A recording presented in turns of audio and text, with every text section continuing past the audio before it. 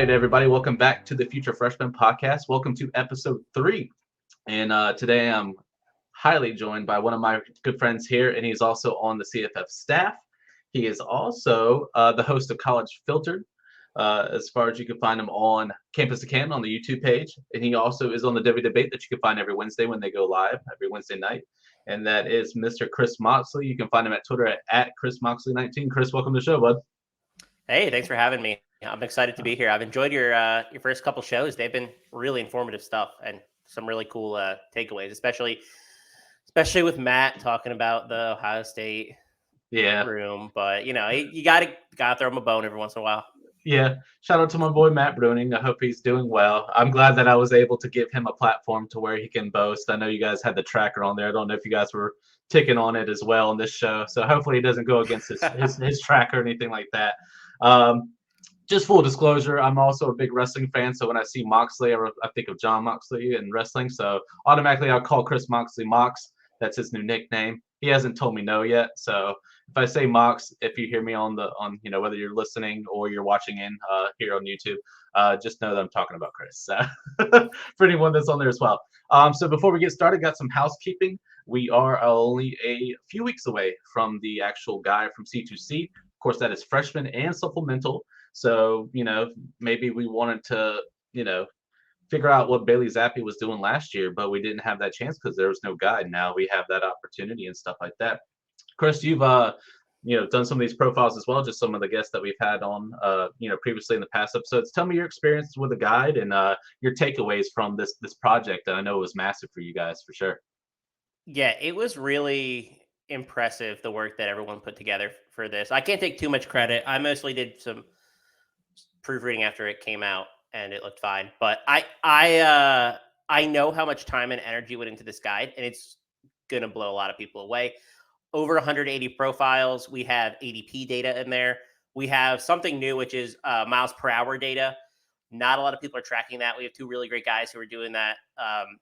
David and Matt, who are both on The Official, which is a Campus Canton YouTube show. But some really informative stuff that you will not find elsewhere. And freshmen, the supplemental portion, like you were saying, who's coming in that we want to add that likely weren't on teams last year. Cameron Ward's a great example of a guy who, you're going to target him because he's coming from FCS, wasn't in the player pool. So we have a lot of insights into those sorts of players. And if you're in the Discord that you can get in for, if you remember the site, we're dropping some of those we're leaking them out a little bit. And Cameron Ward was the one today, and it was a really great profile done by Austin, who you can find him at Debbie Deets.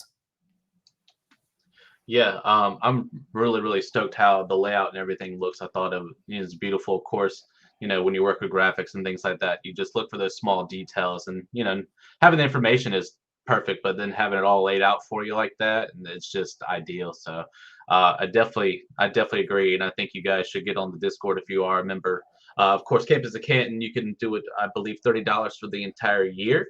So that's only $9.99 more than paying for the full guide of $20. So why wouldn't you want to pay the extra $10? Then you get to see stuff like me and Chris's rankings that we have for CFF coming up pretty soon that, we'll tease a little bit.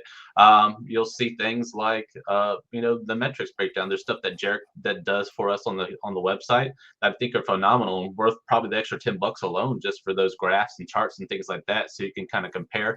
You'll see them in articles, whether it's conferences like Cannon's doing, or you're looking at things like, just want to compare and contrast for your own sake, whether you're doing CFF Dynasty, maybe you're doing it for C2C League that you just hopped in for the very first time. I know I'll be doing that myself actually pretty soon, so I'm pretty stoked about that. So these are all these tools that you can use. So $30, guys, for the whole year. Why not? While we're doing some housekeeping, of course, you see the graphic down below. We do have that partnership with Prize Picks. So if you use the code CFFU, you'd get a matching deposit up to $100. So make sure you're doing that. The goal is to get the bankroll up now because football is still coming up ahead. We record this ahead of time at full disclosure. So we did have the combine stuff that just dropped. So I know some of the guys were able to make some money off of there. I know some of the guys decided last minute they weren't going to actually test. That's kind of lame, right? But for the most part, if you did like the 4-play or the the flex or anything like that, you still probably made some money. Hopefully you didn't play the power play of 5 and then hopefully it didn't get canceled. Luckily, Price Picks is good about getting your money back if stuff gets canceled and anything like that. So think about that. Use the code CFFU. try to get your bankroll up. Like I said, the CFFU podcast will be back in regular season, so then we'll have all those fantasy points. Then we can double up on that money for sure. So that's what we definitely want to do. The reason I wanted to bring on Chris today is because, he and I, Jared, Nate, we're in the thick of it when it comes to CFF and preparation, especially with spring games coming up. But we also are taking a look at the freshmen and how they're landing. We're seeing if there's any reports on how they're doing already, if they're kind of blending in, how they're doing the weight room, are they getting adjusted to the playbook? But these guys I want to call more like I wouldn't say like they are like middle, but I want to call it the middle of the pack episode. And the reason why I want to do that is because they go unnoticed a lot more times, or there's guys with bigger names that always come to the forefront. We talked about that in episode 1, the cream of the crop episode. And then we talked about, more like of a biased opinion with me and Matt last week. Well, this week we wanted to kind of bring in these guys that you probably have heard of, but at the same time, they don't get as mentioned as much, but there's so much opportunity that me and Chris were like, we gotta, bring these to the attention because they have a legitimate shot of actually, making a production level that's worth it to have as a freshman in year 1. And that's what we ultimately want in CFF Dynasty. And even, maybe in some redraft, we could pick up the waiver wire. So let's start off, and we're going to start. I'm gonna let Chris do the first name because I always just call him McMillan or T-Mac. What would you say his name goes by there, Chris? I believe it's pronounced Tetairoa.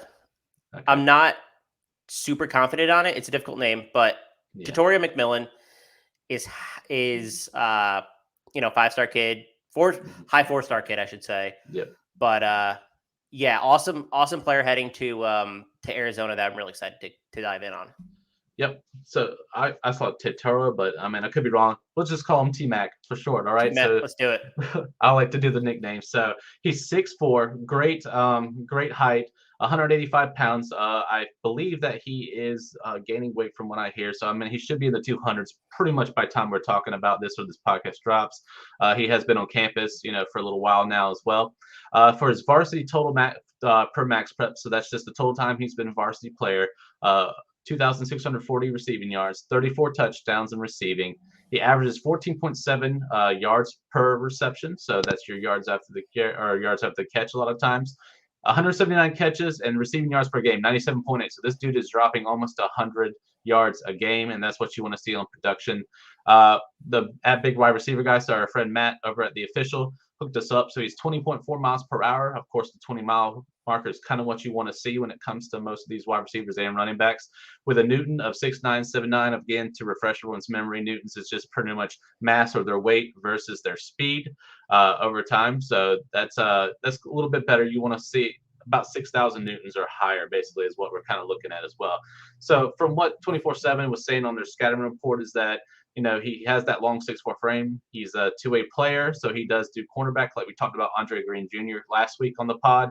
Having that element of being able to understand the other side of playing defense makes you a better receiver because you know what you got to do to get off the line to separate yourself and get that type of separation. Then you add the fact you have all this tallness, right, Chris? So now he's a red zone threat. He high points the ball well. Jump balls, if you're really just going to lob it in, kind of like we talked about on the corners.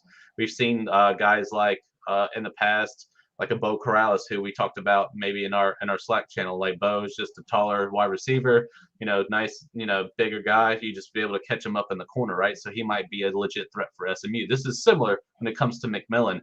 So let's take a look at the depth chart. So we did have a transfer incoming of Jacob Cowing, who was definitely a big time, I would say a good transfer. So now he finally moves up from G5 to P5, kind of like we saw with Tinsley in the past and Mumford, who just did it as well. I do project Cowing to be a wide receiver 1. We also, this isn't listed on the graphic that you might see on YouTube, but Jaden Delora did transfer into Arizona. So we have a legitimate starting quarterback. And I think in this type of system, that would do him well. So we have Cowing at wide receiver 1, Delora at QB1. But then we have Dorian Singer, who's a sophomore, haven't done much, or Majon Wright, who is their former freshman, sophomore now, had 15 catches as a freshman in 2020. He was ineligible because of the grades and stuff like that, but I hear he is back on the team now. So, Chris, this looks like an opportunity for McMillan. What's your thoughts on Arizona? What's your thoughts on McMillan as a talent that you saw? What are you thinking here as far as Arizona, dishing out McMillan and the rest of the gang this year? Yeah, so I like him a lot more for CFF than I do maybe Devi or C2C. I think that he is some areas in his game that will hold him back at the next level. So I'll preface everything I say with that. But this is a guy who is the wide receiver 5 according to 24/7 and has a role on this team, I think, and it could potentially do it week 1. So Cowing played in the slot 77% of the time last season at UTEP. I think he operates in that same role for Arizona. Singer's probably the other outside guy. I actually thought he was pretty impressive as a true freshman, but he doesn't he plays in a very different role than McMillan would. So McMillan's really competing with Majon Wright. I don't know if Wright's any good, but I do know that McMillan has translatable skills. So at worst, you're looking at a guy who's in on wide receiver 3 in like 3 wide receiver sets, or operating as like the 4th option at minimum. And I think he has the talent to overtake Wright just based on his recruiting profile alone and the pedigree that he comes from. All things considered, this is a guy who can get on the field and be a legit red zone threat as soon as he gets on campus. And he's already on campus, which is something that I look for a lot of these players. Getting a leg up on pretty much like any other incoming freshman and just getting the playbook in spring is so important for having these guys make an early impact. And I'm really excited that McMillan did that. Guy who's 6'4", excellent jump ball player already. I think he could do that at the Power 5 level. Like, I'm really excited about his opportunity. I do as well. I think he does overtake Wright. He is a really high 4-star. Literally, he's like 0.01 away from a 5-star. I think you have to do 9.8 or above, right? So and the fact that he was going to be Oregon and he decided, to finally switch to Arizona. And Oregon, I mean, it's just one of those things where it's like a feeder system. One, you got to get a decent quarterback in there. Not a big fan of Bo Nix personally, but as far as, is he a game manager like Anthony Brown was? Yeah, probably, right? So, I mean, at least they can get the ball down the field. But McMillan in an Oregon, doesn't look at as appealing as now you have Delora, who actually is a really decent pocket passer. I know he got it's not as much flack, being in the previous school. But coming over to Arizona, this is almost like I feel bad for like Berryhill like last year. He, was the lone man in a terrible offense, and he still got it done. Like he was actually a decent flex play, if not like a wide receiver 2 or 3 in CFF, right? So I mean, now you have Cowing who's coming up. He still has to, learn the P5 way of things on there as well. McMillan is 6'4", so he's not going to play a slot position. That would be ridiculous of Arizona to kind of do that, right? So he's definitely playing on the out. So he just has to overtake, kind of like we talked about with Dre Green Jr. from Carolina. He just has to beat out his coverage and having that cornerback mentality as well, being able to have that advantage. I do think he takes over Wright. I think Singer will probably start. I think he did pretty decent, as far as the secondary behind Berryhill. I just see it as like a Cowing and then Singer for now, but I do think McMillan can possibly take wide receiver 2, at least by, maybe near the end of the season. So Chris, since we're talking about like in CFF aspect, say we're looking at a freshman draft and stuff like that, would you necessarily want, say you're middle of the first round, would you want to look at McMillan, or you're kind of looking at different assets as far as like maybe quarterback, running back, and then seeing if McMillan can drop maybe to a second round choice? I think he's going to be available in the second round. A lot of people aren't super high on him currently. And I think that more has to do with like C2C or Devi valuation of him. But I don't care about that at all, right? Like for CFF, I don't care how good or bad you translate. Like I think he's going to be a productive player who can score like 10 touchdowns a year. I don't think you have to take him in the first. I probably wouldn't take him in the first because like I honestly don't know how good he is. I do think there's holes in his game. But, he's a guy that I do probably want to target because Jacob Cowing's gone after this year. And this is his last year of eligibility, I believe. And he's going to go to the NFL. And he's a good player, so he will, in my opinion, declare. So you're looking at a guy who could be a wide receiver 1 in an offense that is clearly improving.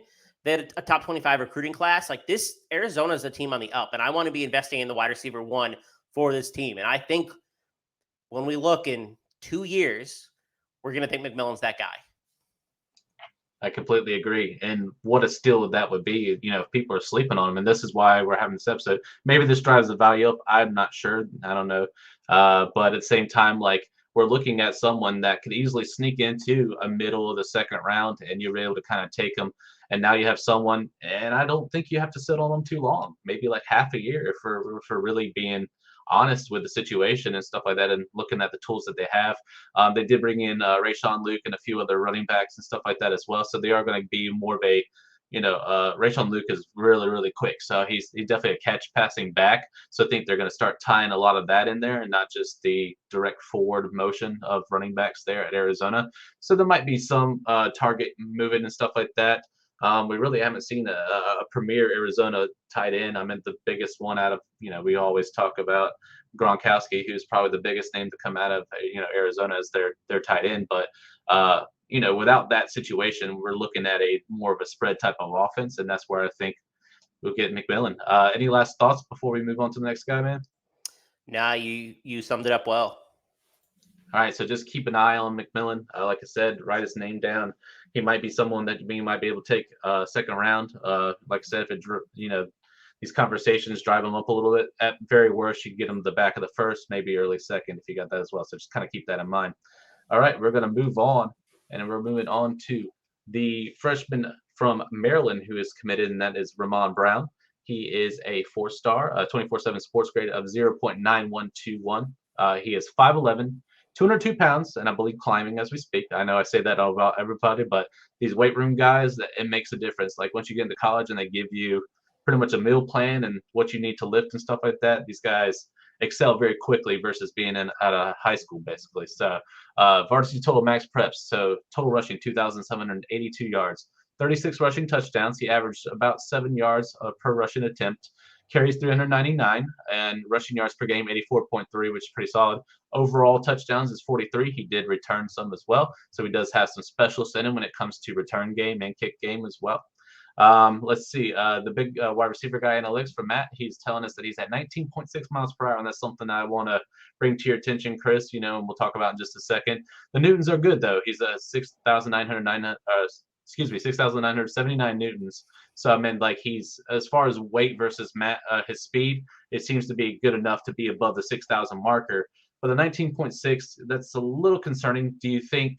And I know we'll look at the scout first before we talk. So he runs the 55 meters, 6.81 seconds, quick feet, great vision, which is what we're looking at. Someone that's elusive, and in this background, and Chris was just brought to my attention as far as the depth chart.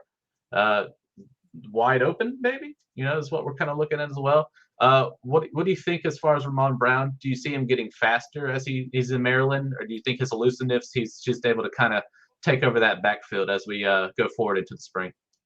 I think he's fast enough. Like he's a verified 4.53 on his a top 40 time. So I think he's fast enough. Like the sub 20 miles per hour concerns me. That's really the number that we want to look at.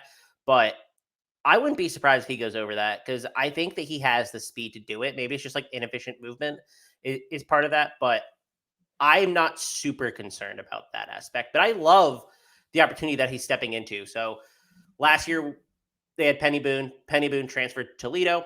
Tayon Fleet Davis graduated. So there's incredibly shallow depth chart. They only return 117 career carries between, I believe it's Callan Famatu and Colby McDonald. Neither of those guys are impressive. They, between them, they're averaging like 60 career carries. McDonald was a freshman last year, but I mean, Famatu is a former walk-on who earned a scholarship in 2021.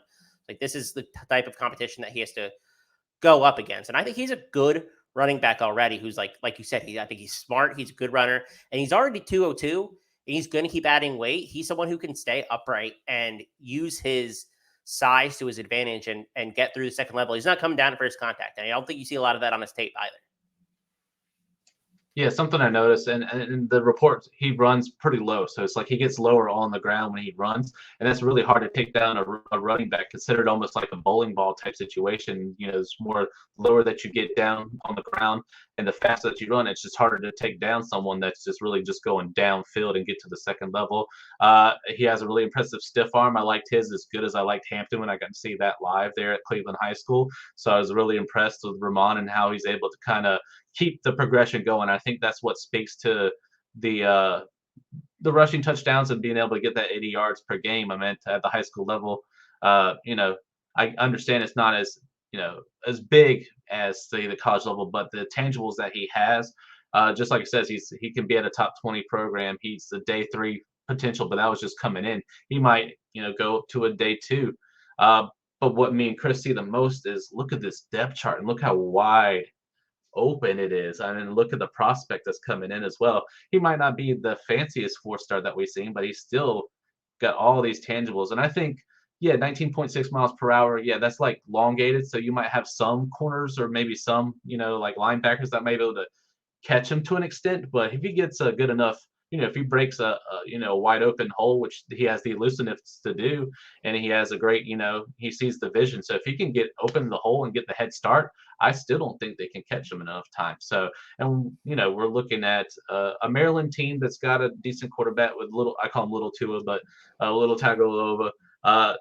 Decent wide receiver options, and I know they're going to probably be looking to try to stop Demas or stop Jarrett and stuff like that as well. I believe they even have what's it, Marcus Fleming? I think he's coming back from injury as well as possibly the wide receiver 3. So Maryland's got weapons, and they know how to get the ball out quick. So when trying to block this opens up the door for them to do a lot of RPO type situation. I don't know if they do a whole lot of that in Maryland, but it'd be something I'd be looking at, especially with the running catchability of Ramon Brown to go along with it. So Chris, look, this is someone that I'm seeing personally that I would probably move up higher in my ranking. I would say Singleton's still my RB1, but Ramon Brown's someone I'm very high on, and I think I would spend a first round pick. Do you think it's worth it and to take it ahead of the people, or do you think he's still just like McMillan? And this is the theme of the show, right? Do you think people will forget about him by the time it's come to draft here in May or so, and he falls to the second? What's your thoughts? So I don't think he'll go. I don't think he'll end up going in the first. He's just not a high enough pedigree to get there. That's my guess. He's probably a second rounder based on opportunity mostly, and I think that opportunity, like we said, he is going to step in day one as the best running back on that team. And what is a little bit concerning and something at least to think about if you're drafting now is they could bring in a transfer still. And there are transfers out there. I think this is a good transfer spot. I don't think there's anybody in the portal currently that is better than Brown would be. So that doesn't super scare me, but I do think that's a real possibility that Maryland chooses to bring somebody in and Mike Moxley is not quite satisfied with the RB room as it is. And I wouldn't be either if I was a Maryland fan. So that is a pump the brakes moment, but I still like him. I'm really high on him. I just think he is the best opportunity of basically any running back day one, maybe outside of Singleton. And you brought up a great point. That's something that hasn't been brought up on the show, is that when you do freshman draft so early, you ruin the possibility of possibly having a transfer, because there's these spring practices, right? Once someone gets the opportunity to be declared the starter going into summer and stuff like that, there's going to be another wave of transfer portals, right? So it's going to happen. So that's why we suggest, doing as further as you can possibly. Make sure you're looking at it. Make sure they didn't get injured in practice. Spring games are coming up, so they're going to try to ball out, but sometimes that leads to injury. So you just got to be careful when it comes to that stuff. Currently, right now, I would say Ramon might be worth, taking that possible for. It depends on where you're at. Like if you're at the high first round, I don't expect you to go after Ramon. I mean, you would be kind of silly not to take one of these higher pedigree type guys. But if you're sitting mid or low on that one for now because of opportunity and that you could probably start him at least 3 years, I'd say he probably declares after the third year, because he does have the tangibles to really kind of do it. If not, you're definitely getting 4 years solid out of it, and that's worth just weight and goal when it comes to CFF, and that's why we want to bring it to the forefront there. Any last things you have on Ramon before we move on to the next one, man? Yeah, well, the one thing I'll add is while I was researching him a little bit, I did read the profile on him, which you can find in the guide, and we have him, I believe, just outside the top 10 or right on the borderline of the top 10, and that's like C2C production. That's like looking at an NFL feature. This is a guy that'll step in and be an immediate producer for you. So you'll have to read the guy when it comes out to get a full laydown on him. Again, we're releasing that soon, part of membership, or you can buy it independently. But his profile was a really interesting one, and I believe Felix Sharp wrote that, and he did a really good job kind of breaking him down. So he was a profile I think is really quite interesting. That's pretty intriguing about the outside the top 10. So that's definitely I mean, a lot of times C2C doesn't always translate at CFF, but in this case, we're just looking at a long-term situation, and that means possibly 3 to 4 years of college, and then you have them, moving into your NFL league as well. That's very intriguing. That's pretty cool. So keep that in mind. Ramon Brown, Maryland, great spot, perfect opportunity. The name of the game in CFF and what we're trying to do. So we're going to move on to slide number 3, and we're going to talk about the freshman that committed to Oklahoma, Mr. Kaden Helms. He is a 4-star prospect. He rates 0.8958 from 24/7 Sports. The man is 6'5", 222 pounds, and climbing. 16th overall tight end in the 22 class. And I like some of these analytics. So total varsity receiving yards 1,520, receiving touchdowns 18. So his average receiving yards is 15.8. He had about 96 catches total as a varsity player, and receptions per game is at 35.3, and total touchdowns is 19. So we'll have a quick conversation before we move on. Chris, when it comes to the tight end landscape in CFF, we all know we had it made in the shade for a couple years there. There was some good depth. Now you got to kind of climb and get these Bowers and Kuntz and Mayers of the world very early in drafts. Otherwise, you're literally just left either just picking one up, playing the waiver wire game each week, swapping them out like you do defense and stuff like that. But my man here, Kaden Helms, who we'll go ahead and say has been targeted very heavily, has been spoken of very highly at the Oklahoma spring camps already, and they're saying that he's the standout Oklahoma tight end. Now, we haven't had a decent one since I said Calcaterra, and then he left for a while, came back, went to SMU. But Oklahoma's been known to produce a decent tight end, and so we're looking at something that you can grab a hold of that you don't have to worry about long game and having to play the waiver wire thing. You want to have a solid tight end that you can play weekly, especially in the CFF Dynasty mode. So the analytics, 19.2 miles per hour, so right outside the 20 miles per hour. It's a tight end, right? So he's 6'5", 222, but he's long. He's got 7,418 newtons. That's what I love to see, is over 7,000. So we don't have to really worry about the force. So when he's getting downfield, it's going to be hard to stop the man. So right now he's a taller, leaner prospect. I expect him to beef up pretty quickly. The line he splits, he has done slot, which, I mean, this is high school, so I'm assuming that he just had to do that in necessity at a high school. Don't see the man doing more than just lining up where he needs to in tight end. He does have he's a taller receiver, so he can get deep pretty quick. He is fluid, and he does have his double move, so he does has great ball skills, and he can get open, and that's what we're kind of wanting to see as well. And this is the biggest thing, is that his skills and athleticism that it talks about here in the scouting report is showing up during practices already. As a freshman at Oklahoma, it's hard enough just to be a freshman, just to, one, make the team, and two, even start. So the fact that the man has this depth chart, which we'll talk about in a few minutes, this is pretty remarkable news to hear. I know we'll give all credit to Mr. CFF Nate, Mr. Nate Marquise. He is an Oklahoma guy, so he has his ear to the pulse of Oklahoma and the spring stuff and things like that. And I know their reporters like to give you a little pizzazz and maybe give you a little bit of extra, right? But they wouldn't bring up Kaden Helms unless he's been constantly been put, in the forefront of the attention of the news people or the reporters there, or even the coaches who are apparently talking about Kaden Helms right now. So what are your thoughts on Kaden Helms? What you think about it coming out of high school? Did you like that he showed up at Oklahoma? And what are you hearing as far as Oklahoma and Helms possibly starting, man? Yeah, all credit to Nate here. He kind of commented on this, and I started digging a little bit more. So the one thing that concerned me was his size. He was only about 220 in high school. He's up to 235 apparently. Parker Thune, which is the guy who kind of covered this a lot, said that they're really impressed by his athleticism. They think that he could push for a starting spot. It's a guy who can come in and, like, I like the offense. I like Jeff Lebby. I think Jeff Lebby knows how to use an athletic tight end, like we saw him do with Kenny Yeboah, for example, right? So we have a track record from Jeff Lebby when he was at Ole Miss using tight ends when they have a good option. And I think Helms is an interesting piece here. I think he's really athletic. I think that shows up, like you said, on his tape. I'm not concerned about the depth chart. Keon Russell, who was a preferred walk-on as a wide receiver, is ahead of him, which he doesn't really scare me off. And then Braden Willis, who I honestly didn't think played very well last year as the tight end too, is ahead of him. And I think he immediately steps in, and if the reports are legit, that he steps in 2 tight end sets with the potential to be the guy that they go to in passing situations. Like, I think this is a guy who is, when we get to tight end 16, people aren't really on that type of player. Like, it's more of a wait and see kind of guy. And this is someone who I think you have to target based on the reports we're getting out. So he's someone that you want to take in your freshman drafts.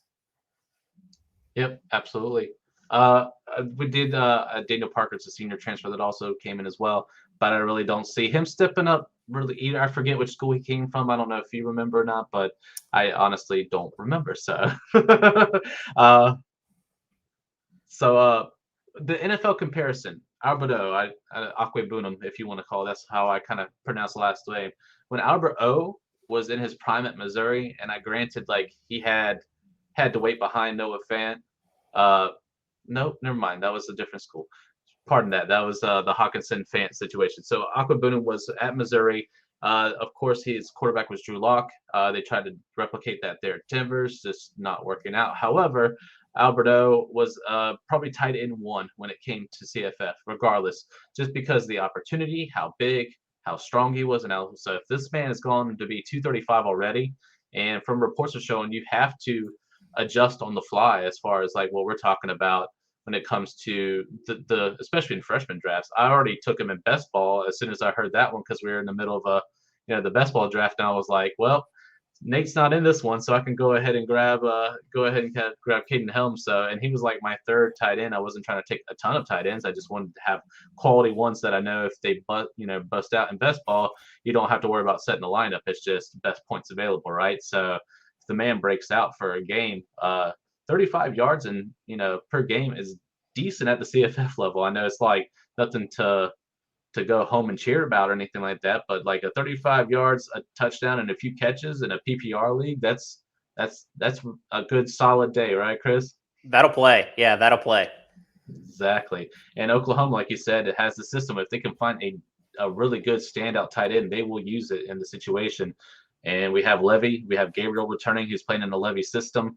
So I love the fit. And probably beforehand, I wouldn't know how he would do probably in a Lincoln Riley type situation, but with Levy, Gabriel versus Williams, and Lincoln Riley, I like this fit a lot now, basically. Yeah, and they've also lost receiving options between Jadon Hazelwood going to Arkansas and Mario Williams going with Lincoln Riley to USC. So the 2 returning receivers are Marvin Mims and Theo Weiss. And I think there's opportunity to get a guy like Helms involved. And it's a really shallow depth chart. Maybe Jalil Farouk steps up, but there's opportunity here for sure. Absolutely. So this is why all 3 of these guys that we just talked about has opportunity in year 1. And that's why we said it might be the middle of the pack, but they're sleeping on the opportunity, and this is why we want to bring to the forefront, because it just gets lost in all the recruiting and the Debbie type situation and the long-term stuff when we're looking at the now and the win, and the win and the now is now. So we definitely want to kind of do that as well. So now we're going to move on to our second segment, and of course it is the big fish, small pond, and of course every week we look at a player that is going under the radar, that is in the P5, they're usually in the G5, and that's someone this week is committed to Boise State, and that's Ashton. I call him Genty, but you have a different way of saying it? No, I'm pretty sure it's Genty. Okay, so Ashton Genty, and he is a 3-star prospect, a higher 3-star. He's at 0.8493. He's 5'9", 195 pounds. He was the 91st running back in the 22 class, so he still stayed within the top 100 running backs as well. Varsity total max for the max preps, he has 1,626 yards, receiving touchdowns 17, rushing touchdowns 39. So you're going to see a trend here. Average rushing yards 8.2. He had over 96 catches, carries 273. rushing yards per game, 96.8, so almost another 100-yarder, and receiving yards per game, 70.7. Now, that's on a high school level. Overall touchdowns, 56 total in there as well, which I thought was probably the most impressive thing that I've seen. So we automatically out the gate, before we're even looking at the analytics, like Chris, we're always seeing a guy that can play wide receiver well, can play running back well, and we'll look at some of the scout reports on there as well.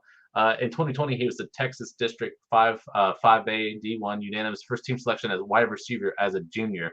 Then his sophomore year, the year before in 2019, he is a newcomer, defensive newcomer. So he is also someone that understands playing on the defensive side. And once, the common thing that we see is having a running back or a wide receiver that understands what the defense is doing and sees the different plays and stuff like that. Granted, each college may be different, so they'll try to switch the game. But in general, you see at least a certain play kind of develop and stuff like that, but you understand. And that's where Genty comes into play. Now, let's look at running back in the depth chart. The only one I'm really concerned about, because the other one apparently has either graduated or transferred from what Chris was telling me here off air, is that we don't have to worry about George Halani, who's the junior, right? So Halani, he started last year, but he has some injury issues, right? Or some injury things where it just keeps collecting. And that's an issue, because if you can't stay on the field, it's usually a next man up mentality. So Halani, if he's only out of 12 games, only going to play 6 or 7, this opens up opportunity almost immediately for Genty. And who's to say that he can't go ahead and just take the job by the end of the year? Chris, what's your thoughts on him? What did you see on tape? And this was your recommendation, which I want to give you credit for, because you found the diamond in the rough this week. Tell me about Genty and why you love him so much, man, and why we need to pay attention here at Boise State. Yeah, so I stumbled upon him when I was looking at the Boise State depth chart for this year, and I was like, they have an opportunity for running back. And then I went, I'll pump our guide again. I went for the guide and said, dang it, Austin Nace had already written him up, and he's very high on him as well. I was like, I thought I found somebody. So we both are incredibly high on Genty.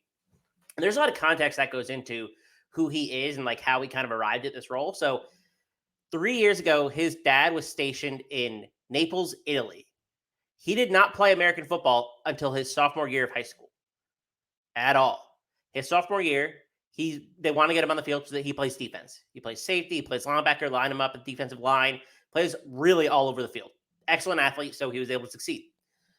They know he's probably a running back. They switch him to running back his junior season. He only had 44 carries because he's behind Jaden Nixon, who was a top 40 running back that went to Oklahoma State last year. So a guy ahead of him is already a quality player, so only has 44 carries, but he does have 800 receiving yards in the backfield. This year, he gets the full-time opportunity, 229 carries, 1,843 rushing yards, and 24 touchdowns to go with 800 receiving yards and 41 total touchdowns this season. His season was incredible this year, and he's a very late riser because he's only been playing football for 3 years, only been playing running back for 2. This is someone who is an elite pass catcher, has good speed, already has requisite size. He's already on campus. Reports have been that he looks good and a little bit bigger, so he could already be up to 200. They say he's really impressive in drills. The only guy ahead of him is George Halani. Tyquan Taylor, who's also there, is more of like, he's a smaller back, so I don't really know how they want to use him, but he's the other returning guy. Andrew Van Buren's in the transfer portal, and Cyrus Habibi Likio is declared for the draft. So wide open depth chart with a guy who I think is immensely talented. Yeah, from what I saw, just explosive. So the analytics from big wide receiver got 20.7 miles per hour. Awesome. The Newtons are on point as well, 7,574. So just the analytics is speaking to what Genty is capable of, and having someone that's only been, I didn't know that, so that's his news for me, that he's only been playing for 3 years, was already a higher 3-star. So imagine if he had played maybe a JV team or something like that for 2 years if he wasn't in Italy. So say he was in America, he could have easily been a 4-star by the time he actually was recruited. So the fact that Boise State found him and was able to kind of bring him in, this is where, a great pairing has happened as far as the commitment to an actual school that's in need of someone with this type of explosion and able to kind of just get the job done to go along with it. Uh, so let's talk about value. I don't see where he doesn't go undrafted in freshman, especially now. He's already up to the Yeah. forefront, right? So where are you comfortable taking Genty? Or like, are you going to reach for him because it's one of these guys where he's like, I need him. It's just like a Caden Helms, like got to have him, right? So he's going to move up rankings pretty quick. What are you willing to pay? Like, are you going to move a veteran for him, or do you think you would just draft her high in hopes of kind of taming him early before anyone else does? I will reach on him, and I'll reach on him in pretty much every format. C2C, I'll reach on him. CFF, I'll reach on him. He's a guy that I think can give you 3 years of really good production. We see Boise State continually churn out running backs for whatever reason.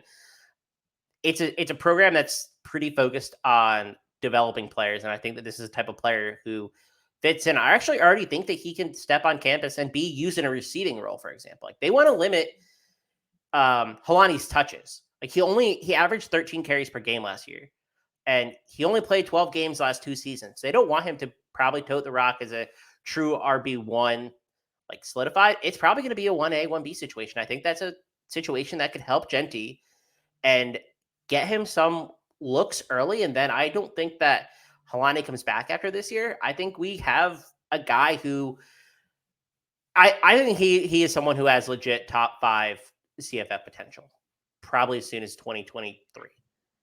Yeah. He just has the pass catching, like requisite pass catching skills. 96 catches in 2 years, and only one of those years he was the true running back. 16.9 yards per reception as a running back. Like this dude can catch. He's explosive. There's a lot to like about him, and I think he came in so low because we have 1 year of him starting and 3 years of him playing football, and only 2 of those are on offense. Like, I know that in our guide we are way higher than consensus on him. I think he settles in within the top 20. I know for sure. So this is a guy that you want to get ahead on pretty soon. And that's okay if the consensus just hasn't. Maybe they're behind the curve a little. Maybe we're the first ones to the forefront to kind of bring this information out, and maybe people will start seeing it. Once we bring it to the forefront. Also, something Shakir's gone as well. So yeah, we have an ultimate opportunity, and even in the passing game. So even if they are going to split Helani and Genty could definitely see, like I said, he's very much capable of catching the football, as we could see in the stats and stuff like that as well. Especially if you can get 70 yards per game in receiving and still run for almost 100 yards. That's ridiculously good. So definitely keep your eyes on Ashton Genty. He is the big fish, small pond, and he is going to Boise State. So again, get your markers ready, get your gold stars. That's something that you're going to want to see as well. So one, I want to thank Chris for coming on. It's good to have someone that is both in C2C and CFF. So I love that you have that mind of both, and you can kind of bridge that gap. So it's good to have someone that can kind of bring that to the forefront. I know you're doing a lot of stuff. We talked about the college filters. So can you talk about the YouTube a little bit, and then just some of the projects that you want to be doing here as we go into spring and summer, and then of course the season? Yeah. Our YouTube is doing so much content. It's absurd. Outside of this, we have the official that's over there, which is basically a recruiting analytics podcast. There's like foundational work that nobody else in this space is doing. I have a daily show, College Football Filtered, that kind of discusses previous day's events or delves into just the college football landscape. We post a bunch of short videos on there detailing quick impact players, like what that transfer means, what that addition means to the offense.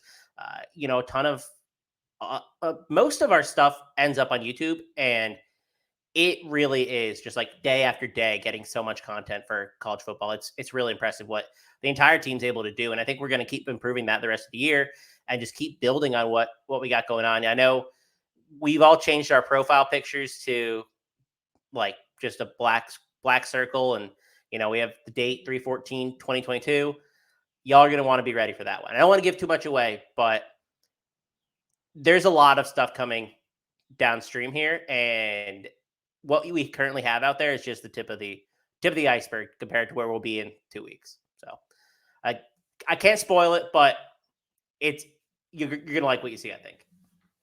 What we can confirm is 314 is Pie Day. So We have you can some confirm that, pie. yes. We can confirm there's pie. So please have some pie. Maybe make you a nice drink. Sit back and see what Campus of Canton's about to do, because we're about to springboard a lot of great stuff for you guys. And of course, I'm not going to play spoilers or even do that. But the only spoiler you're going to get is there's going to be pie on Pie Day. So make sure that you're doing it as well. Of course, you can find Chris. You can find him as you see on the screen on YouTube. But for our listeners, he's at Chris Moxley 19.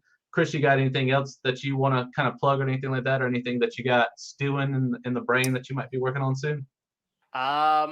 That is all I'll share. I want to keep it shrouded in mystery what we have going on. Y'all are gonna enjoy what we have for sure. Just like the Batman, he waits in darkness. So Yeah, make sure that you. We're the hero that people need, not they deserve. I think I got that quote right. Yes.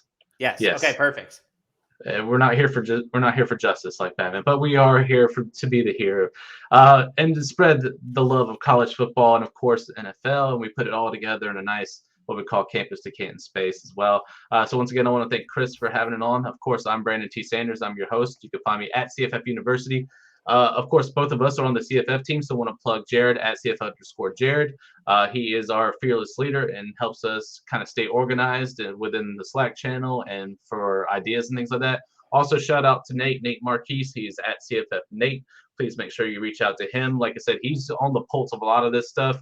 I might, bring you a show that's more freshman, but if there's anyone that's on the underground that's listening and stuff like that, it's Nate. So if just read his tweets. I mean, he's casually pretty much sipping on an IPA and then just casually just kind of giving these sweet golden nuggets. So make sure that you're listening out and stuff like that. Of course, you can find all our content at cabinstocanton.com, so please kind of do that. And don't forget that the guide's coming out soon. Like I said, $20 individually, but why not pay the extra $9.99 and just get the subscription to get all these tools? So make sure you're doing that. We want you guys to have a great week. Be kind to each other, and we'll see you guys next week. Peace.